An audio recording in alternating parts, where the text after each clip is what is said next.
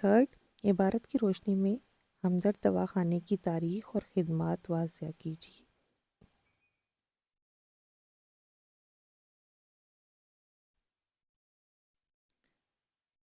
وہ اپنی تعلیم کی تکمیل اور طب مشرق میں مہارت حاصل کرنے کے بعد 1947 میں دہلی سے پاکستان آ گئے اور جہاں چھوٹے پیمانے پر اپنے مکتب کھولا جو چند سال بعد ہمدرد دواخانہ بن گیا۔ یہاں نہ صرف مشرقی علاج ہوتا تھا بلکہ جڑی بوٹیوں سے دوائیں بھی تیار کی جاتی تھیں۔ آج یہ دوائیاں ہمدرد لیبارٹریز میں بنتی ہیں۔ دین آپ کے پاس اس میں چوائس تھی حکیم محمد سعید کی ادبی خدمات پر روشنی ڈالیے، اور اسی طرح سے آپ کے پاس یہ کوشچنز ہیں۔ امید ہے آپ نے ان کے درست جوابات ہی لکھے ہوں گے۔ دین آپ کے پاس نیکسٹ جو کوشچن ہے، درج ذیل الفاظ کو جملوں میں استعمال کریں۔ وسیع و عریض، فلاح و بہبود اور دسترس۔ امید ہے آپ نے ان الفاظ کو جملوں میں اچھے طریقے سے استعمال کیا ہوگا۔ دین درج ذیل الفاظ کے 3 متلازم آپ نے تحریر کرنے تھے۔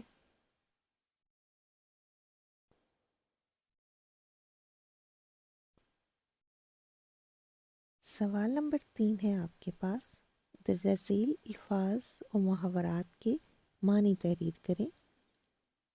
یہاں پہ آپ نے ان کے معنی تحریر کرنے تھے اور یہ 4 نمبر کا کوشچن تھا۔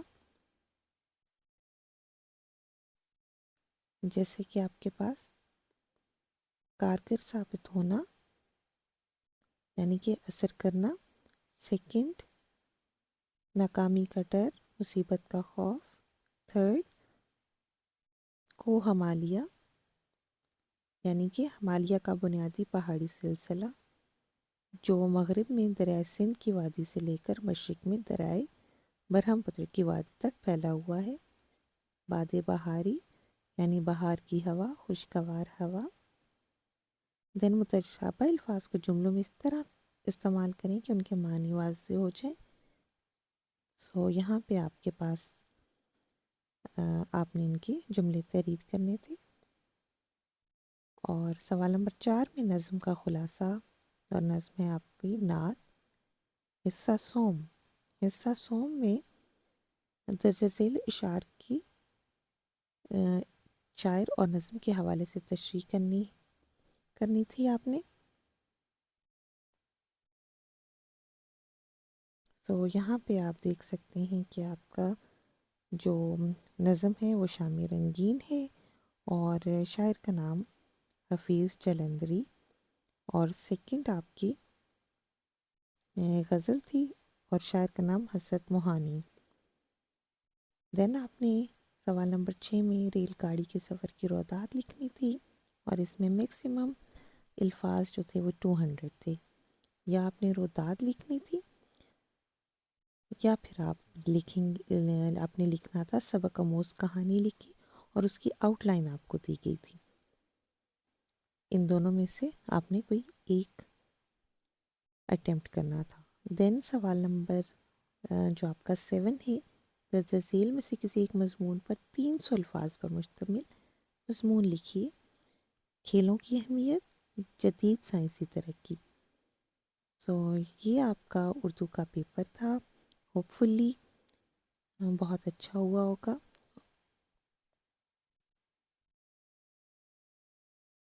مجھے کمنٹ سیکشن میں آپ بتائیں گے کہ آپ کے ایم سی کیوز کتنے کریکٹ ہیں اور آپ کا اوور آل پیپر کیسا ہوا۔ Best of luck for your next paper, take care of yourself, اللہ حافظ۔